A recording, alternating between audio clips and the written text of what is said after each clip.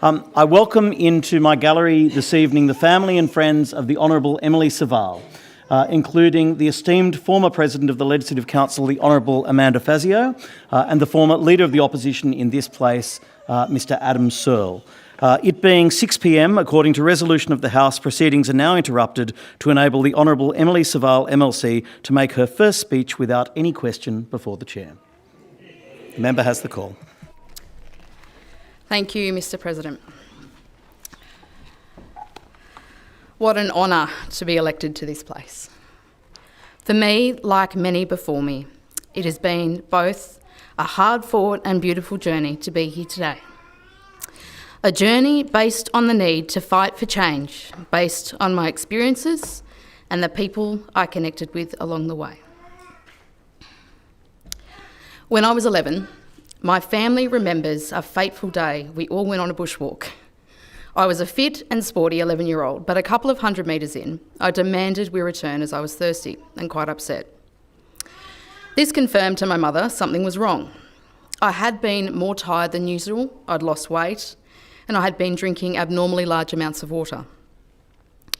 I was taken to my GP, I had a blood test, and within 48 hours I was being seen at the old Camperdown Children's Hospital Emergency Department. I was diagnosed with type 1 diabetes and I spent 10 days in hospital on the sailing leg ward. I was taught how to count carbohydrates, how to draw up insulin and inject myself, how to test my blood sugar level and eat a low sugar reduced fat diet. This was the start of what became an unhealthy relationship with food and numbers. At the age of 14, I was diagnosed with anorexia nervosa. In the care of the Adolescent Medicine Unit at the Children's Hospital Westmead, I was looked after by a team of multidisciplinary healthcare professionals. Specialist paediatricians, psychologists, psychiatrists, dietitians, physiotherapists, occupational therapists, pharmacists, play therapists, social workers and clinical nurse consultants, along with the endocrine team.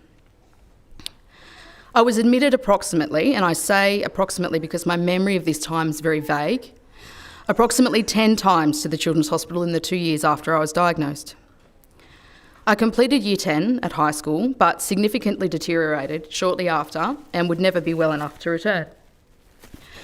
My last recollection of school was sitting in front of a piece of paper for hours, agonising over a sentence I couldn't perfect. My alma mater, the wonderful James Roos Agricultural High School, has been the top performing high school in this state for many years, as it was when I attended. It was and is a fantastic public school with teachers and students of the highest calibre. It was quite unheard of to not finish high school there, so I was hard on myself about that for many years. However, I can attest that the HSC is not the be-all and end-all, and in fact you don't need an ATAR of 99 or even an ATAR at all to do great things. At the age of 16, children currently face being transitioned across to the adult health system. They can also discharge themselves from hospital against medical advice. When I turned 16, I was appointed a legal guardian under a guardianship order, basically so that I couldn't sign myself out. It also meant that my treating health professionals didn't need my consent for changes to my treatment or to initiate treatment. That was my guardian's role. This felt very disempowering and in some ways counterproductive, as it fuelled my determination to undermine treatment even more. Where there was a will, there was an anorexic way, as Mum always said. I was very reluctant to head across to the adult system at Westmead Hospital and had made little progress, so my mum sought out a private psychiatrist who specialised in eating disorders. I was looked after by Professor Peter Beaumont and treated in private inpatient mental health facilities for some time until I became too medically unwell. Then I was treated at the Missenden Mental Health Unit at Royal Prince Alfred Hospital. It's a place that no longer exists but is etched into my brain. It was a terrifying experience.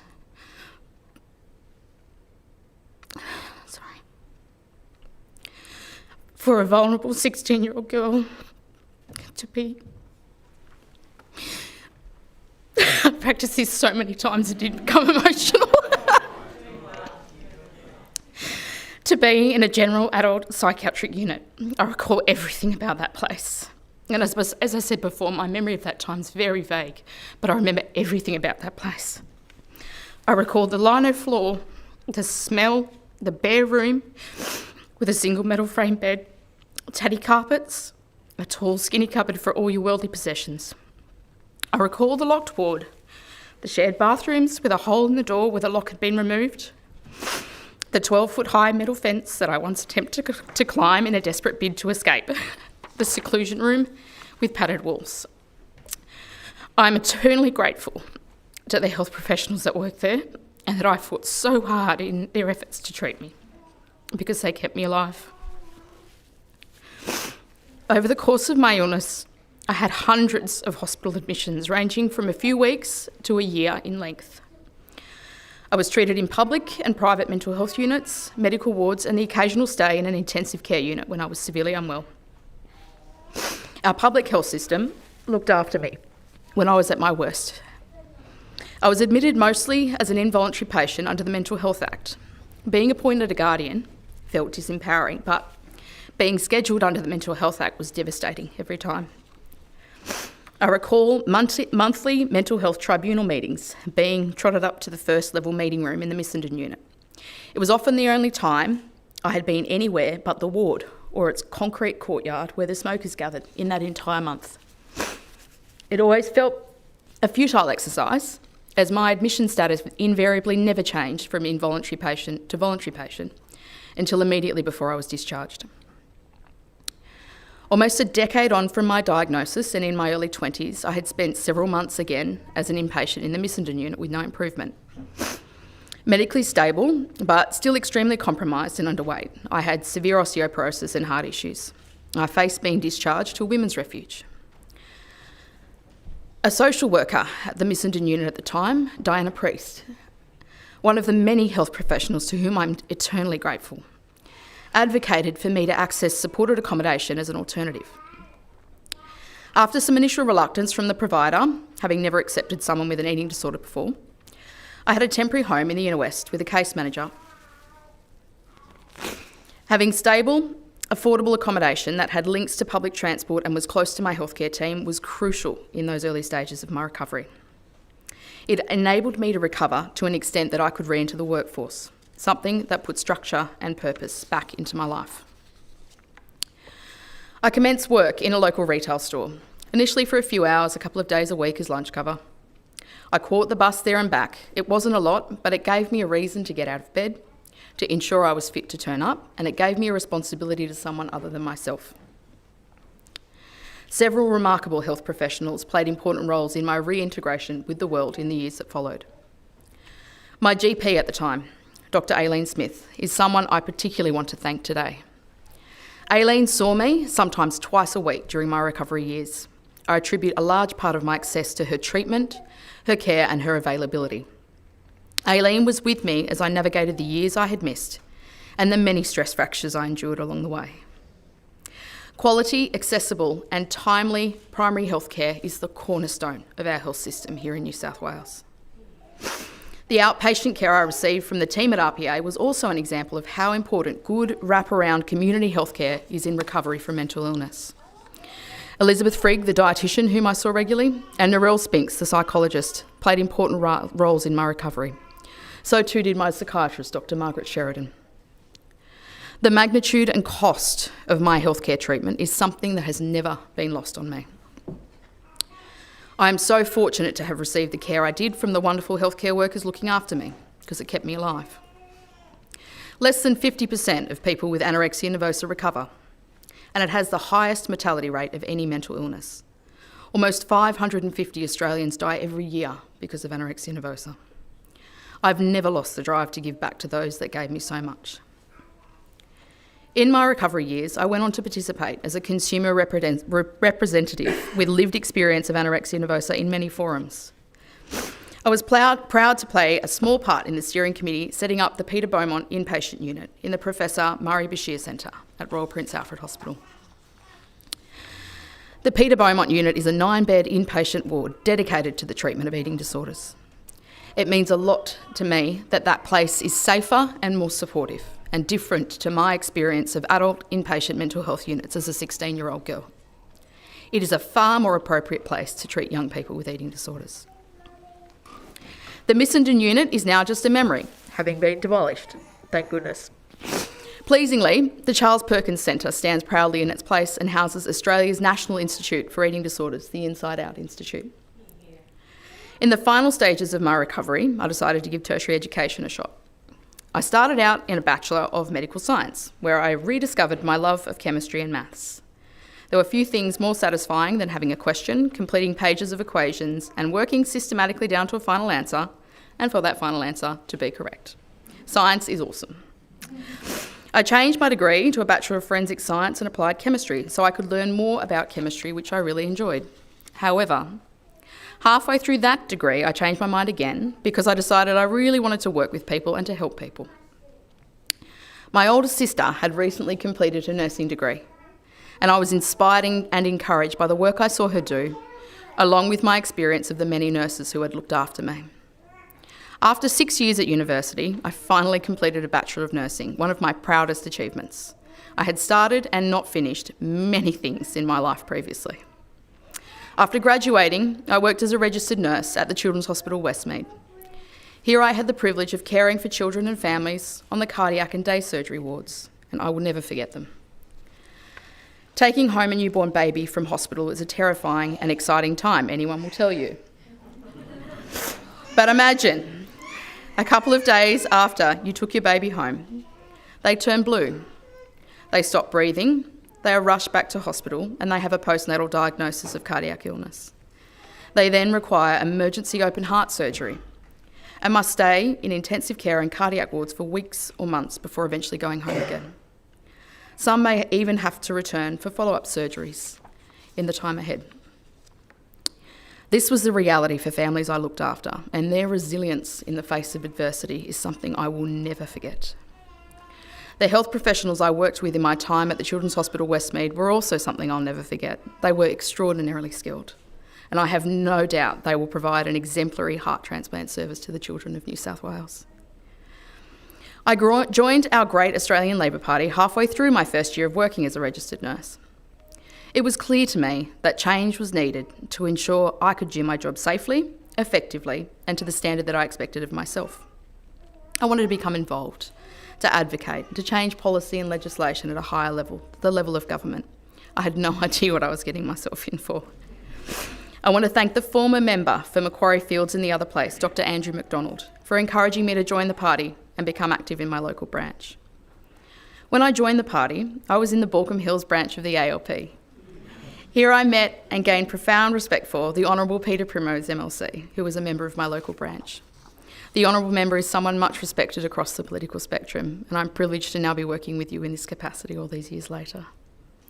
Having been involved in the party for a while and wanting to truly change the world, I took some time away from nursing to do something a little different and work on an election campaign for New South Wales Labor. Here I formed a great appreciation for the dedication, commitment and work of our party officers. I want to acknowledge the work of Dominic Offner, now General Secretary of the Australian Labor Party New South Wales branch, Alex Costello, Liam Rankin, David Dobson, Pat Garcia, Kayla Manane, and the many others that I worked with in my time at head office, many of whom are now working in this place also today. I then worked briefly for Dr. Mike Freelander MP, the federal member for Macarthur. Dr. Mike is a highly regarded paediatrician who epitomises everything that I admire in both a healthcare professional and a person. He is humble, generous and compassionate. He is also good at giving well-intended and completely unsolicited life advice. I thank Dr. Mike sincerely for the opportunity to work for him and all the unsolicited life advice that was, in fact, quite useful in the end. Most recently, I had the privilege of working for the New South Wales Nurses and Midwives Association as an organiser and registered nurse. A steadfast trade unionist, I organised nurses and midwives in the Hunter New England Local Health District, private hospitals and residential aged care facilities. With the assistance of my colleagues and in spite of the unfair industrial laws we faced that must be addressed by this place, we had a few much savoured wins. They were hard-fought and frustrating battles, but the nurses and midwives I worked with were unwavering in their advocacy for patients. Like me, when I joined the party, they just wanted to do their jobs safely, effectively, and to the standard they expected of themselves.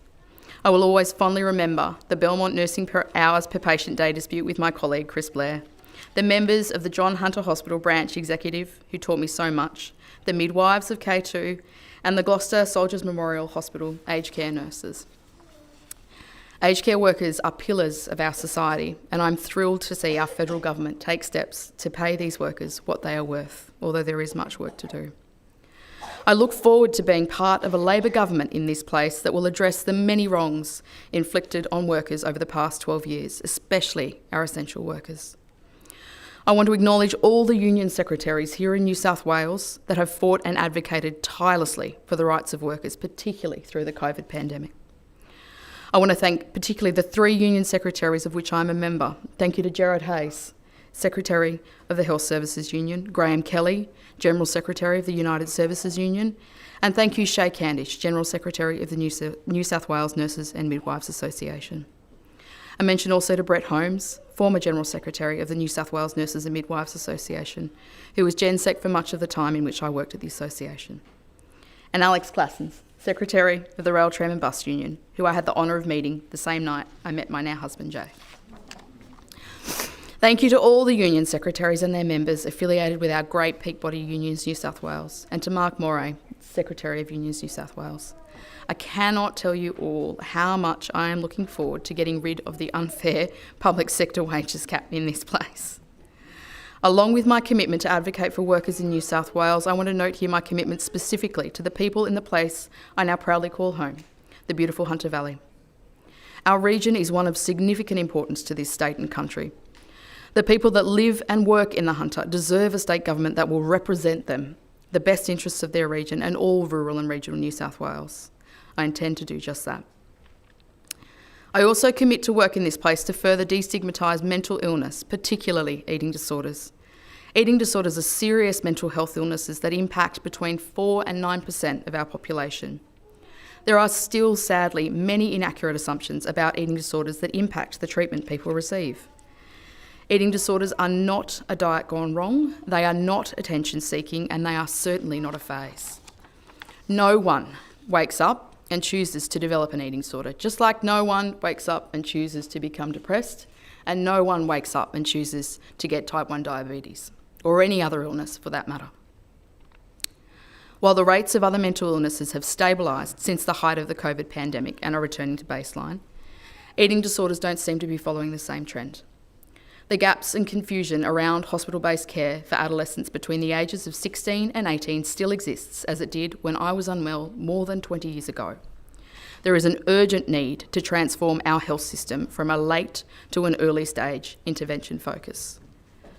It is only 9 years ago that New South Wales began its long road to rectifying the exclusion of eating disorders from our health system. That may seem like an exaggeration, but only 9 years ago, the vast majority of people with an eating disorder needing treatment in this state did not receive it. In late 2013, the then New South Wales Minister for Health announced the first policy directive for this illness group, stating it was core business for our health system. Since then, progress has been made, but we are not there yet, nowhere near it.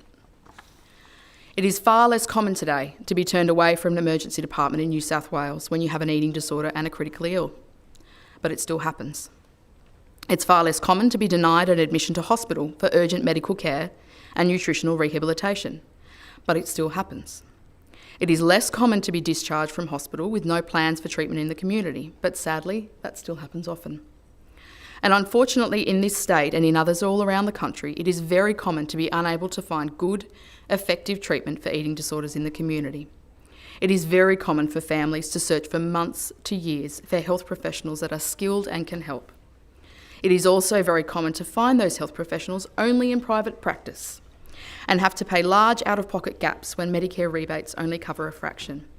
This means discrimination is built into the system and only the wealthy receive care. But eating disorders are curable. For most, there is a relatively brief, evidence-based community care treatment package that works. But it is still the case that most Australians will not receive it, and we must change that. Significant investment in community care teams is needed, and coordination of care pathways so people are not searching the system in vain. Training of our workforce to deliver effective treatment and the development of tools and methods to make sure evidence is translated into high-quality care. My heartfelt thanks go to those that are still working tirelessly in the field of eating disorders. The same specialists that were there and looked after me all those years ago are still there now. I know we urgently need more of you, and the contributions you have made to the treatment and the lives of so many over the years is immeasurable, including me. Thank you, Dr. Margaret Sheridan, Associate Professor Sarah Maguire, OAM, Professor Janice Russell, Professor Stephen Towers, and Peter Marks, who, on rough estimates, have a combined experience of over 160 years in the field of eating disorders, and there are many more. I want you to know that just as you fought for me, I will fight for you and the work you do for the 400,000 odd people living with an eating disorder in this state. I don't know of anyone else with type 1 diabetes who have served in this House also. Living with type 1 has profoundly impacted the person that I am today. People with type 1 make on average 180 additional decisions per day. They have a reduced life expectancy by an average of 12 years. They are 4.5 times more likely to die young. They have a 10 times higher risk of cardiovascular disease and have a higher risk of complications in pregnancy. Also, on average, 95% will develop eye damage, 50% will develop nervous system damage, 40% will develop kidney disease, and 25% will develop another autoimmune condition. 1 in 4 will also have some form of mental illness. Growing up, I lived in fear I would lose my eyesight or my feet. Fortunately, neither have happened yet, touch wood. Continuous glucose monitoring and hybrid closed-loop insulin pump systems, like the one I use, have reduced the mental burden and complication rates associated with type 1. However, we have much work to do in ensuring this technology is accessible and affordable to all who would benefit from it. This technology enabled me to work shift work as a nurse. It also enabled me to have 2 beautiful, healthy children I thought I never would. But I can only access an insulin pump through private health insurance or by paying $7,000 to $10,000 outright, meaning again, inequality is built into the system. Everyone deserves access to this technology. It's life-changing. I want to say to that terrified 11-year-old who's just been told they have type 1, to the 14-year-old with anorexia nervosa who feels their illness will never get better, and to the health professional who for years has gone above and beyond for their patients. There is hope. This government cares about you, and I will fight every single day in this place for you. A few more final words of thanks before I finish. I want to acknowledge the late Professor Peter Beaumont, Prof as he was known to many, who was my psychiatrist for many years until his death. Prof was one of the founding authorities in the field of eating disorders. A tireless advocate and devoted clinician, he went above and beyond for his patients. Prof insisted, much to my frustration, that I would recover, always. He would say to me in his South African accent, and I can still hear him say it, "Emily, you are not a chronic anorexic. You will recover and you will go on and do great things with your life." Every time I saw him, he would remind me of this. It would also remind me that if I channeled the determination that I was throwing into anorexia and destroying myself into something good, I would be unstoppable. His words have stayed with me and are a source of encouragement that I draw on in times of self-doubt. I'm so grateful to Prof, to his wife Daphne and his family for all they did for me. I do hope to do great things in this place for the good of all. My father, for the sacrifices you made for our family. Dad juggled 2 jobs as the principal pianist in the Sydney Symphony Orchestra by day and sometimes night, and teaching at the Conservatorium of Music when we were young. I'm grateful for growing up in an environment where concertos and symphonies were practiced endlessly and became like white noise. Often I would tune into ABC Classic FM and hear a familiar piece that Dad practiced at home when I was a child, although I've got no idea what it is. Dad had a psychotraumatic event when I was 8 years old and spent much time in hospital. I'm also grateful he is here today. To my mother, thank you for everything. Mum was the youngest of 4 children and the only one to complete her schooling and a tertiary qualification of teaching, thanks to Gough Whillam. She gave us so much and still does. Discipline, kindness, Christian values. Mum brought us all up when Dad worked 2 jobs. She went back to work when we all hit a rough patch. She looked after us all, 4 kids under 10, including a newborn, and Dad, when Dad became unwell. She went back to uni and studied a master's somehow and all that. Mum worked as a breadwinner when Dad could not. She has been a constant in my life and is without a doubt the most selfless and kind person I know. My siblings, Ingrid, Jennifer and Warwick.